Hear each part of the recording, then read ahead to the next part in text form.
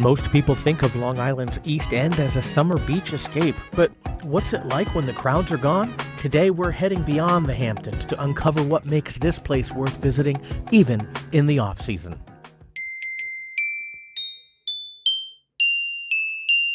Some people only think of Long Island as an endless suburban stretch outside of New York City, but in reality that only covers about a third of the island. As you head east, deeper into Suffolk County, the landscape opens up, and the further you go, the more variety you'll find, from farmland and fishing villages to lighthouses and coastal preserves. The east end of Long Island is split between the vineyards and farmland of the North Fork and the famous Hamptons on the South Fork, but if you keep going, you hit the end of that line, and that's where we're headed today. Commissioned by George Washington himself, Montauk Point Lighthouse. It's pretty.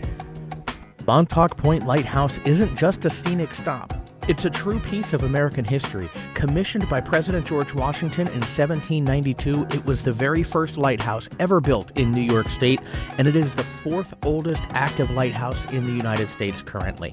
For early American ships coming across from Europe, this beacon was the first sign of land they'd see after crossing the Atlantic, guiding them safely into New York Harbor. Today, it still stands watch over the Atlantic, offering breathtaking views and a powerful reminder of how vital this coastline was to early American trade and navigation. Of course, the Montauk shoreline didn't just attract ships. It also draws in some other regular visitors, and in the colder months, they're hauling out right along these rocky coasts. It may be the off-season for humans sunbathing, but it's actually the perfect time to spot one of Long Island's most magnificent winter visitors, the harbor seal. From December through April, seals haul out along the coast to rest on rocks and beaches, especially around low tide, and Montauk is one of the best places to see them in the wild. You won't find them lounging here in the summer heat, so if you're planning a winter or early spring trip, this is one of those off-season only experiences that makes it definitely worth bundling up. The walk out to the seal haul-out site takes about 30 minutes each way, but don't expect just a simple beach stroll. The trail winds through a constantly changing landscape, from sandy paths to coastal thickets, forested patches, and dune grass meadows. It's a surprisingly diverse trek that keeps the scenery interesting the entire way. This concrete platform is a relic from when ships couldn't come all the way to shore without running aground. Smaller boats would have to ferry supplies here to be offloaded inland. Once these operations stopped, the entire area became overgrown, so all the brush and the forest that we're hiking through now, it's actually all new growth, reclaiming a landscape that was once cleared for maritime supply routes.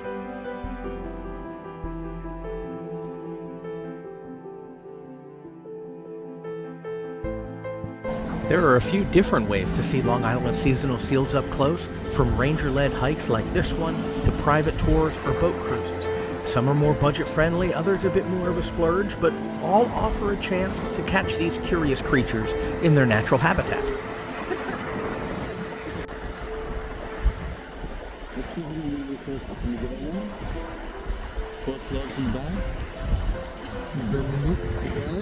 Hey there, little buddy.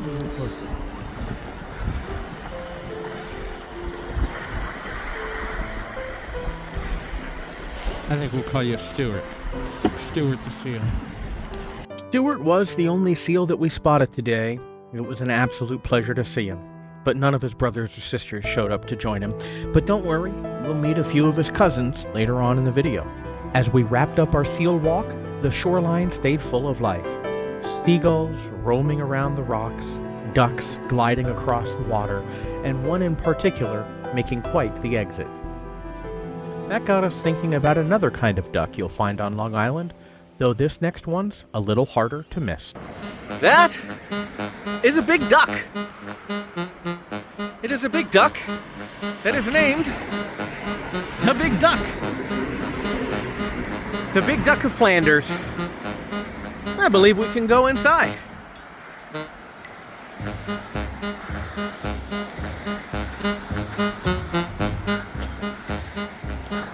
Well, normally we could go inside, but it looks like they are out to lunch. But although they are out to lunch, just inside the Big Duck, you can see little souvenirs and some maps here, information about the North Fork, but also of the Hamptons area and the South Fork as well. This might just be the most famous duck on Long Island. Built in 1931 to help a local farmer sell ducks and eggs, the Big Duck became such a hit that it inspired an entire architecture style, and eventually lent its name to minor league hockey and baseball teams. At its peak, Long Island was home to more than 90 duck farms. Today, only one remains, and while the quacking has quieted down, the farming hasn't gone away. It's just gotten a little more unexpected. Because just down the road, you'll find bison. Yes, bison, grazing in a place better known for beach houses and bagels. Yeah, we're still on Long Island. You wouldn't expect to see bison, but here are bison on Long Island.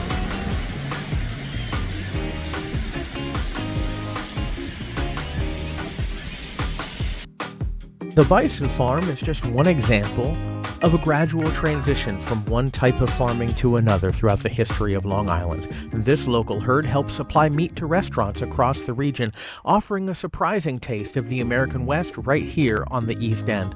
But for our next stop, we're heading underwater. Sort of.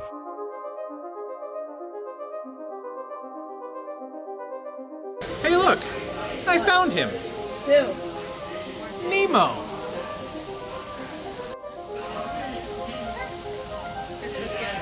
Look at the anemones here. Sea anemones are so cool.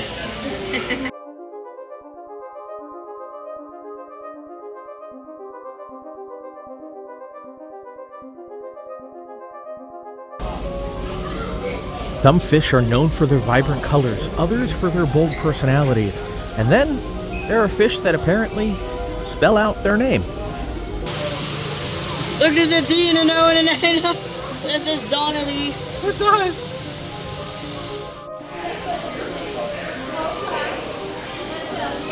Megalodon teeth? Maybe? I think we'll find out once we get up there if that is a model or if that is real. Turns out they're replicas, but they give you a sense of just how massive this prehistoric shark really was. Now fast forward a few million years and meet Megalodon's modern cousins.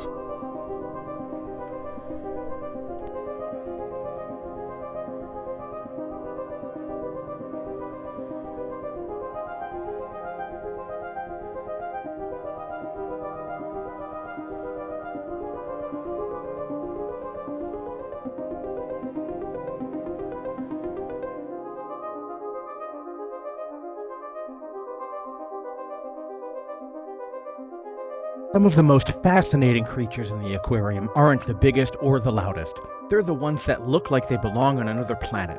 From the hypnotic drift of moon jellies to the stealthy movements of an octopus, the delicate flutter of seahorses, and even the spiny crawl of sea urchins, every tank reveals something strange and beautiful. And if you look closely, you might just spot some garden eels popping in and out of the burrows like tiny, curious periscopes.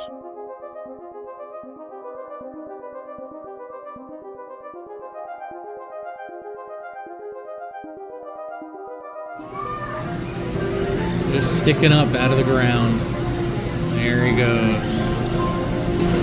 Garden eels rarely leave their tunnels. They stick about a third of their body out to grab zooplankton to eat. They dig their tunnels with their tails. This is pretty neat. Just watching them duck in and out.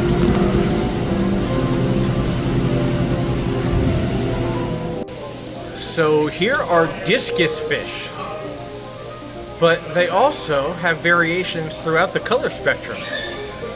So my crazy nerdy brain is going back to Skittles commercials. Fish the rainbow, taste the rainbow, toss the rainbow. I don't know. What do you think would be a good slogan for the colorful discus fish?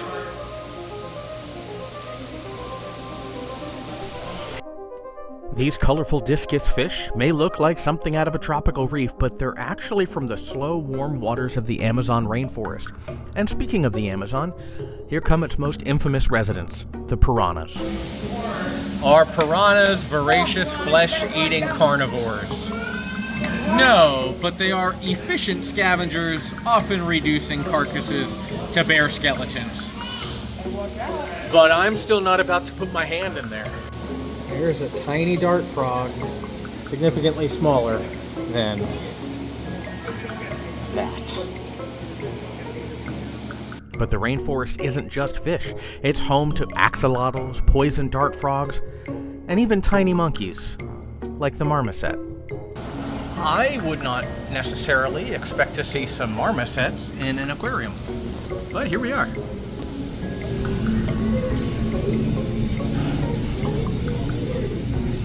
After meeting some of the aquarium's rainforest residents, including the curious marmoset, we headed into one of the most popular parts of the aquarium, the interactive exhibits. Here you can get face-to-face with turtles, crabs, and stingrays, and in some cases, they might even say hello first. Exhibits like these are always a hit for both kids and kids at heart. There's just something about sharing the same open air, without a pane of glass between you, that makes the experience feel more personal. Whether it's a turtle peeking up to say hello, a crab slowly making its rounds, or a stingray gliding past. And maybe even waving as it goes by. Ah! You're splashing. Have you ever been in this area? Welcome to the Rescue Center. This is part of a volunteer group who rescue release and rehabilitation. Here's some seats over there. This here is Brussels sprout. He was entangled.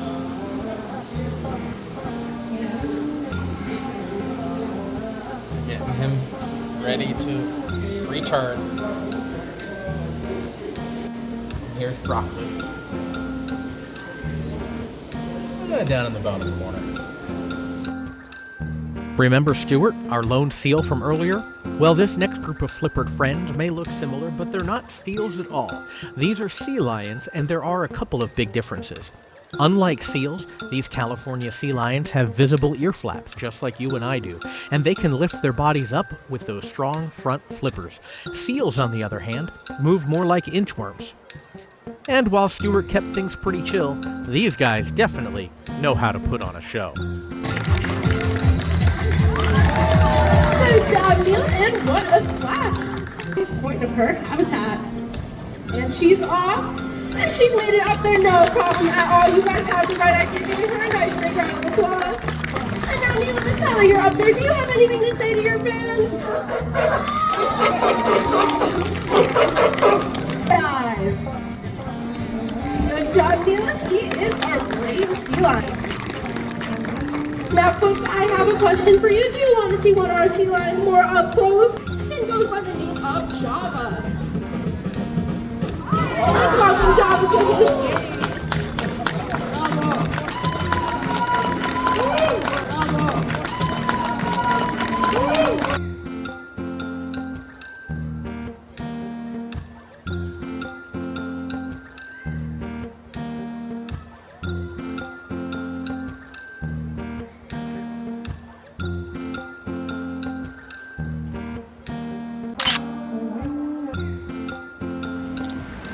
Long Island Aquarium. It's a neat place. It really is.